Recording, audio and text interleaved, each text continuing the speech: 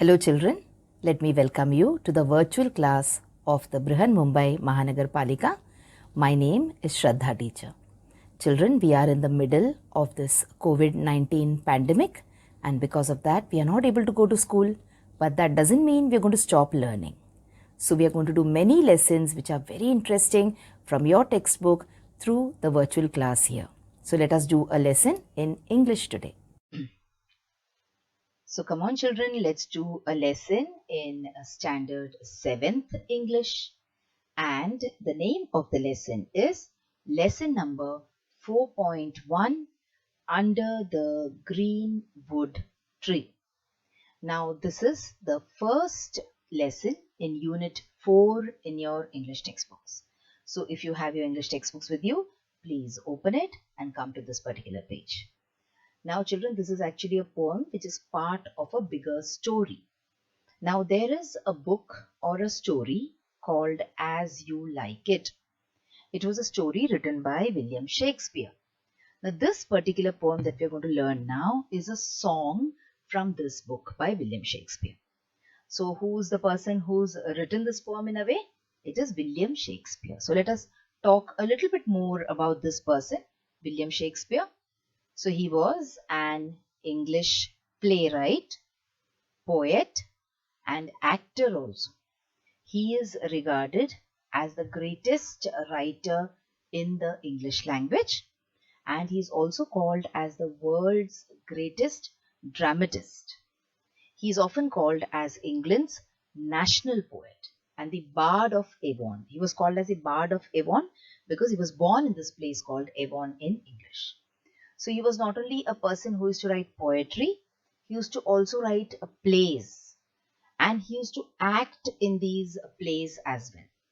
Alright, now not only to the world of English but to the entire world, he is called as the greatest dramatist. A dramatist is a person who thinks of, who conceives and who writes and produces plays. Okay, and he is called as the national poet of England. So we are going to learn about this particular poem called as Under the Greenwood Tree. Now in the story, when you look at this particular story, As You Like It, there was a nobleman who was banished. Banished means he was punished and he was sent into the forest. Now you must have heard stories from the Ramayana where Lord Rama was banished and he was sent into exile for 14 years. In the same way, in this story, As You Like It also, there was a nobleman who was banished, and this song is sung actually by that particular nobleman when he is in the middle of the forest. So this is a poem which is very close to nature, which describes a nature in a way, you can say. Okay, so come on, let's try and understand what Shakespeare wants to tell us through this particular poem. So under the greenwood tree. Now this greenwood tree is a kind of a tree which is found in England. Okay, it's a type of a tree, like we have a mango tree, neem trees, and different kind of trees in India. We have greenwood trees in England. So under the greenwood tree is the name of the poem. Under the greenwood tree, who loves to lie with me. Here lying does not mean actually lying down and sleeping, but here lying means to spend time with someone. Okay, so under the greenwood tree, who loves to lie with me and turn his merry note unto the sweet bird's throat. Merry note here means a nice, melodious, beautiful song. Note here could mean song or a piece of music. So he would like to turn his merry note towards the sweet bird's throat. So you can see here, sweet bird is also singing. So he would like to lend his voice to the bird. Okay, so see, this is set in nature. It is set in greenery, where the poet or the person in exile, he's sitting under the greenwood tree and he's saying that anyone who's interested to lie with me, that is anyone who's interested to spend time with me, to enjoy nature, to sing along with the birds, can come and sit under the greenwood tree along with me.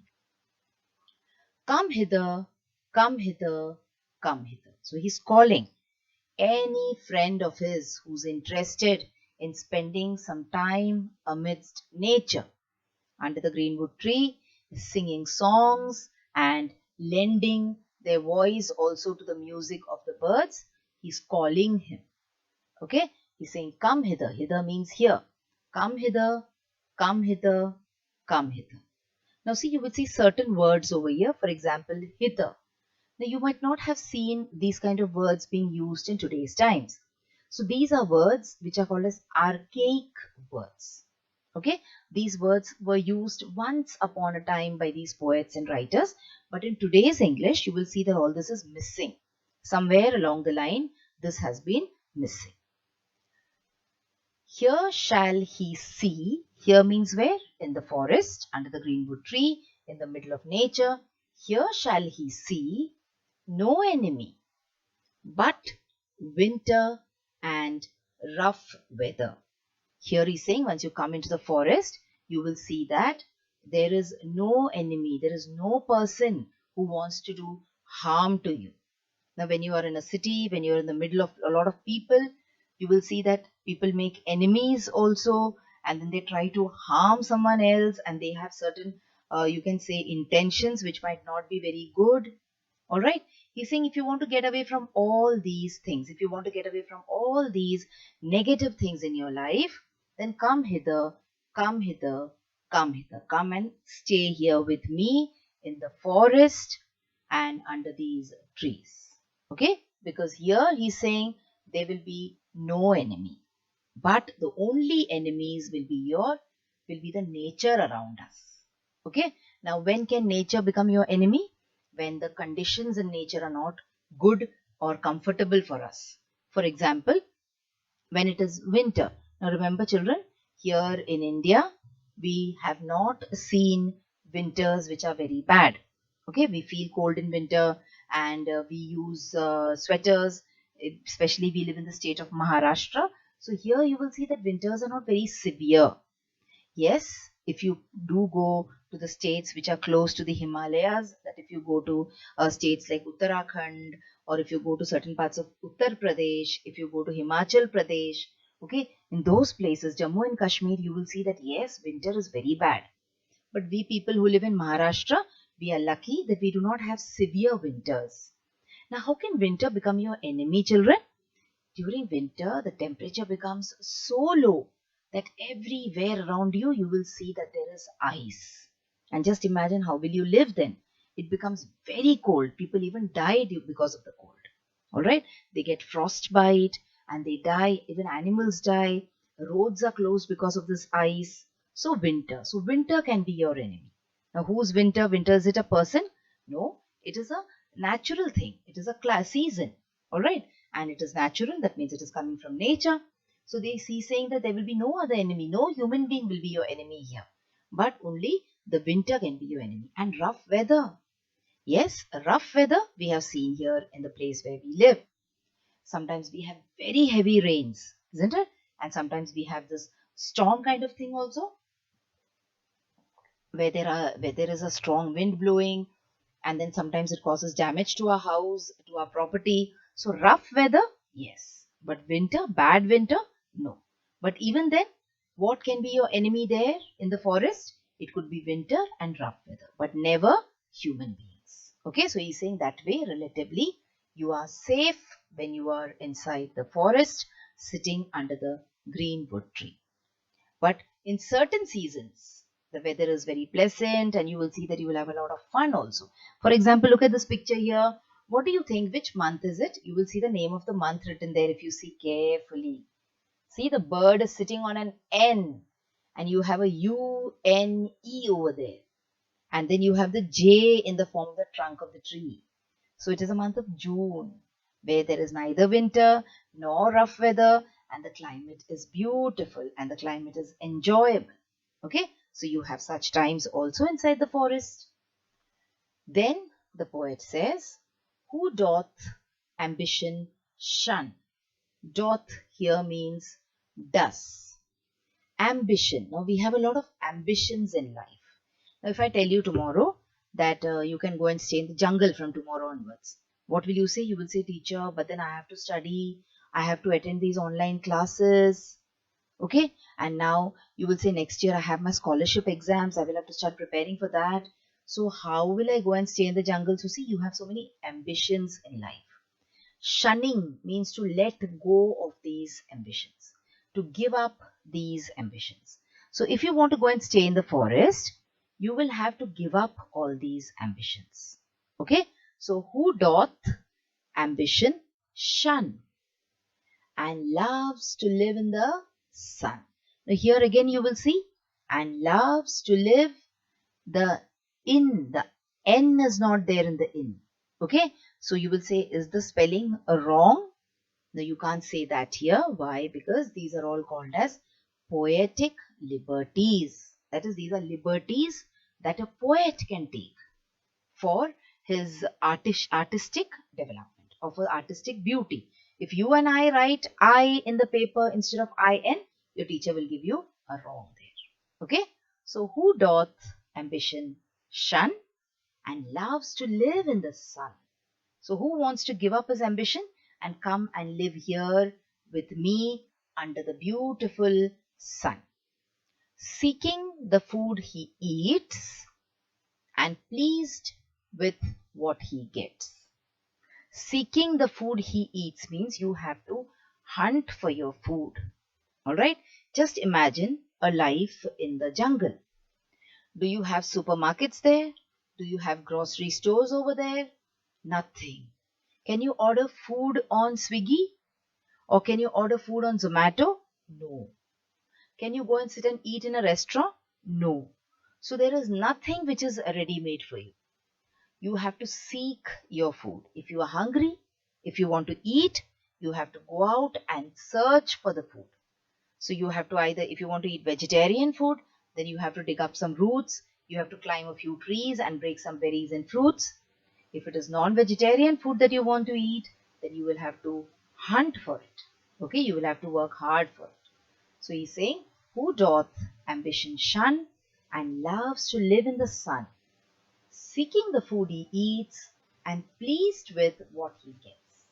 So you should be pleased also with what you get once you learn to live in the forest. Once you start living in the forest, you will have a very minimal life. A minimal life means a life which is just necessary for you to survive. So you will not have any luxuries. Okay? You cannot go out and enjoy in a mall, or you cannot go and watch a movie. Nothing. So you should be happy and pleased with whatever you get. And whatever you eat, you have to search for it on your own. Come hither, come hither, come hither. So only these people are allowed to go along with the poet. Those who are willing to shun their ambition, those who are ready to live under the sun, and those who are ready to seek the food also to eat, and also those who will be pleased with whatever they get to eat. Only those people are supposed to go to the poet. Come hither, come hither, come hither. Only those particular people. Okay? Here shall he see no enemy but winter and rough weather. He's saying, because once you come here, then you will be out of the rat race. Now, what is a rat race? A rat race is the kind of life that we people who live in the cities, etc., live. We are in a rat race means we are always running in order to collect more luxuries, in order to make our life better, in order to earn more money. So we are always in a race. So he's saying that if you come here, if you're ready to shun, if you're ready to give up all this, okay, if you're ready to give up all these things, if you're ready to come and live with me under the Greenwood tree, and also if you're ready to shun ambition, and if you're ready to eat whatever you get, and you will be pleased also with whatever you want, only then he should follow the poet into the forest, and he should try to live a life like him. Okay, so come hither means come here, come here, come here. All right, because all the enemies that you will find there in the forest are just winter and a rough weather. You will not see any other enemy in the forest. So this is about the poem, children. Let us now see the summary of the poem quickly. So in this poem, The Greenwood Tree, the poet William Shakespeare describes the charms of forest life. Okay? And asks people to come and join him in the forest. But he has certain conditions also. Charms means the beauties, okay, the attractions of forest life. And he's also calling people, inviting people so that they also can go and join him in the forest. The poet invites any enthusiastic friend, enthusiastic means interested friends, to come and take time to relax under the greenwood tree and turn any melodious note of the heart into the sweetest song that the sweetest bird can ever sing. That means when you're free, when there is no burden in your heart, when there's no burden on your mind, what will happen is you will be able to relax and you'll be able to sing so many beautiful songs that will be even sweeter than the songs which birds sing. The friend is free to sing like a bird. So anyone can come immediately towards the greenwood tree. Here one shall find no enemies, but only the rough and cold weather of the winter. But he also has certain conditions which we saw. You should be able to shun your ambitions. You should be able to give up your ambitions, and you should be able to live a life of minimum requirements. That is, you should be able to hunt your own food, and whatever you're getting in life, you should learn to be satisfied with it. Only and only then you should be ready to go and join the poet to live the charms of the forest, or to live a very, very beautiful and very fulfilling life in the forest. So this was about the poem and also the summary or meaning of the poem. Let us move on and let us look at certain exercises now here from the poem. So from the poem, find old words which are used for each of the following. Old words are called as what words I told you? Archaic words. Old words are called as archaic words. Okay? So let's see. Towards is a word for which the old word unto has been used. Okay. So now where is the line? And turn his merry note unto the sweet bird's throat. So it means you learn to sing like the sweet bird. So you will turn your note towards the sweet bird's throat. The second word is here. So which is the old word which is used for the word here in the poem? Yes, it is the word hither, where the poet says, come hither, come hither, come hither. It means come here to me, come here, come here. And the third word here, does. Now, which is the word or the archaic or the old word which is used instead of the word does? It is doth. Who doth ambition? So who's the person who's ready to give up his ambition? Only if you're ready to give up your ambition, then you should go and join Shakespeare in the forest. Okay, so this was a vocabulary exercise where we tried to find out old words or archaic words from the poem. Now let us do another exercise here. So pick out the lines that mean sing in such a manner. So sing in such a manner means turn his merry note. Sing in such a manner means sing in a beautiful manner. Merry, beautiful manner. Alright? Happy, beautiful manner. Then you have one who wishes to join me. So, who loves to lie with me. I told you, lie doesn't exactly mean lying down physically and going to sleep. Lying, someone wants to lie with me means someone wants to join me. Someone wants to be a part of my life. So, who is the poet wishing who is the poet wishing that he will be a part of his life? His friends. Okay, because just like the poet is enjoying the beauties of nature, he wants his friends also to enjoy the beauties of nature. But at the same time, he has also got certain conditions which we discussed. Okay, then the next one. who gives up his desire for wealth, power, fame, etc. So, when will you be in a mentally prepared state to go and live in the forest? When you have no desires. Desire means you have no longing, longing for wealth. Imagine you have so much money, but if you decide to go and live in the forest, of what use is that money to you? The money will not let you buy anything when you're in the forest. In the forest, everything is natural. You have to seek your own food, isn't it? If you want power, if you want that there should be so many people who work under you, and there will be people who should obey you, and you should be the boss, then it is a wrong thing for you to think that I will go and live in the forest and I will be happy. Because in the forest, children, there will be no one over whom you can rule. Okay, there is only nature and animals and birds, and they are not going to be under your control. And fame means, of course, you want to be famous, you want to know people to know about you. But if you're in the forest, unfortunately, there is no one living there along with you who will know about you. Okay, so who gives up his desire for wealth, power, fame here means who doth ambition shun. And then you have the next one. Life in the forest is free from ill wishers. Ill wishers means what? People who want something bad to happen to you. The opposite of ill wishers is well wishers. Who's your well wisher? Our parents,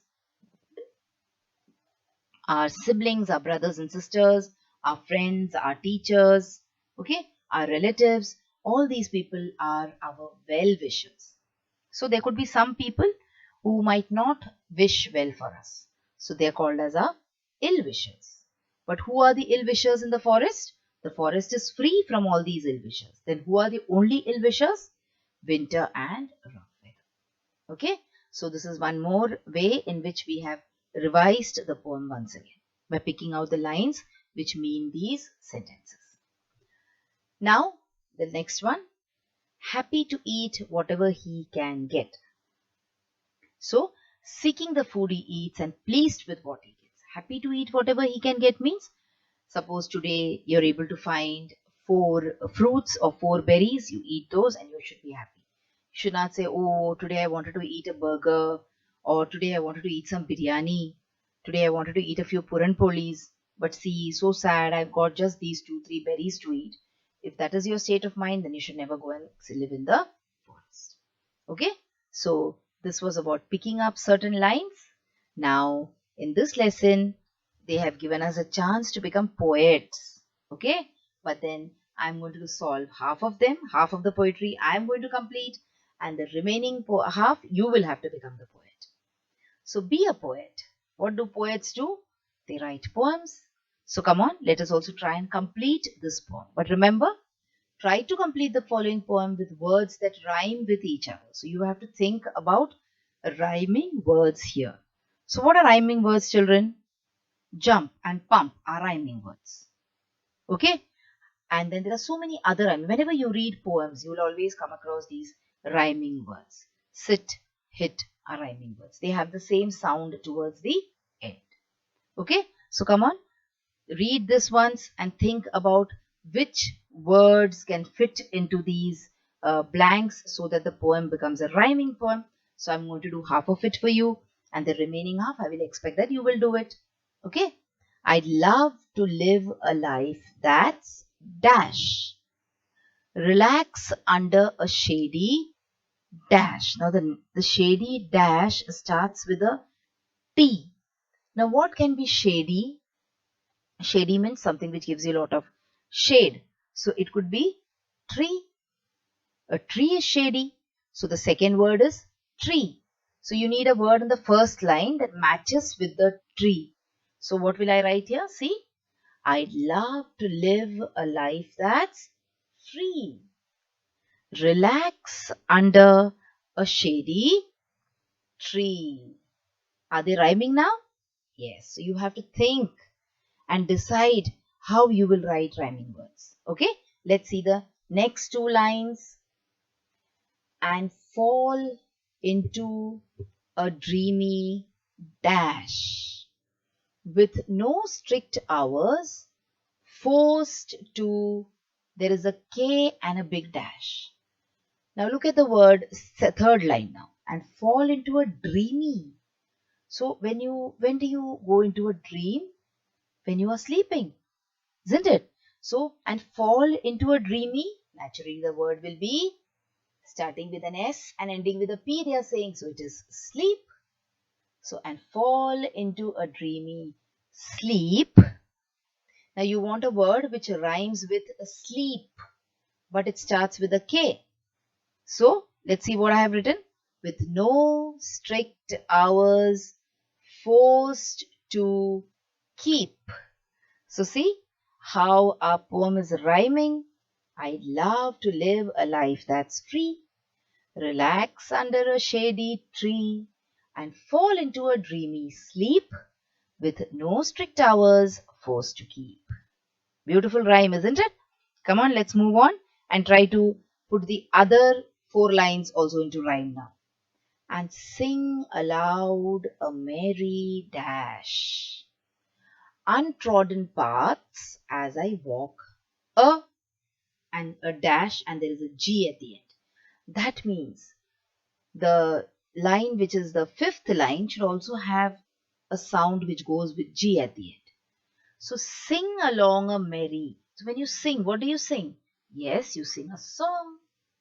So, and sing along a merry song, untrodden paths as I walk along. So are you realizing how I am doing this thing of putting this into rhyme? You have to read the sentence. You cannot just put any word there, okay, which rhymes. You ask me what I'd get to dash. Fruits and nuts and berries. Now what I'd get to? Fruits and nuts and berries. So what do you do with fruits and nuts and berries? Yes, you eat them. So you ask me what I'd get to eat. Fruits and nuts and berries, sweet. Alright, so come on, I have become half a poet. Now I want you all to complete this poem so that you also become a poet. Okay, so the remaining lines are for you. So let me read it so you get an idea of what you're supposed to write. You ask me with whom I'd get to pee, and dash dash dash dash, birds and animals, happy and G. And if a woodcutter put a C and dash dash dash P, firmly I would put a ST dash dash dash. So that's the life I'd like, I dash, free from worries, free from dash. So come on, this is your homework. Try to complete the lines of these remaining lines so that the words rhyme with each other. Alright, so today we looked at this beautiful, beautiful poem by William Shakespeare, that is Under the Greenwood Tree, where the poet is giving us the pros and cons. That is, he's telling us the good points and the bad points about living in a jungle. He says that if you live in a jungle, you will have a lot of peace of mind. You will be able to enjoy your life. You will be able to be at peace with yourself. You will not have any enemies. But at the same time, you will have to live a life with minimum needs. Okay, you cannot have so many choices. So he's giving us a complete picture of what life in the forest would be like. And then we saw some exercises also, which are there in your textbook. So that is all for today, children. Thank you so much. So children, now you have watched the video. So after you watch the video now, you will have to complete a few simple tasks. Now you might have watched the video on your computers or your laptops or your mobile phones. Now after you watch the video, what will you do? You will please go to the description box which is given below the video. So what is the description box? See, the description box looks like this. Alright, and after you go to the description box, you will see that there are a few questions there. Now what are these questions about? These questions are about the lesson that we just learned or the video that you just watched. So what will you do? You will think back properly about the lesson and you will try and answer these questions. And note down the answers in your notebook if you want.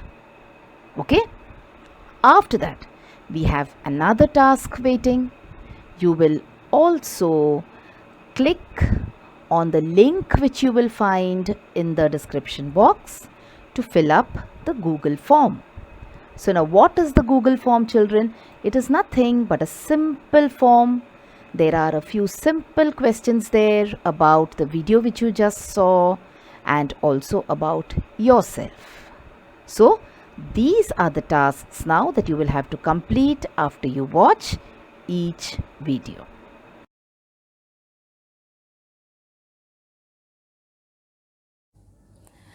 So children, wasn't that a very interesting lesson?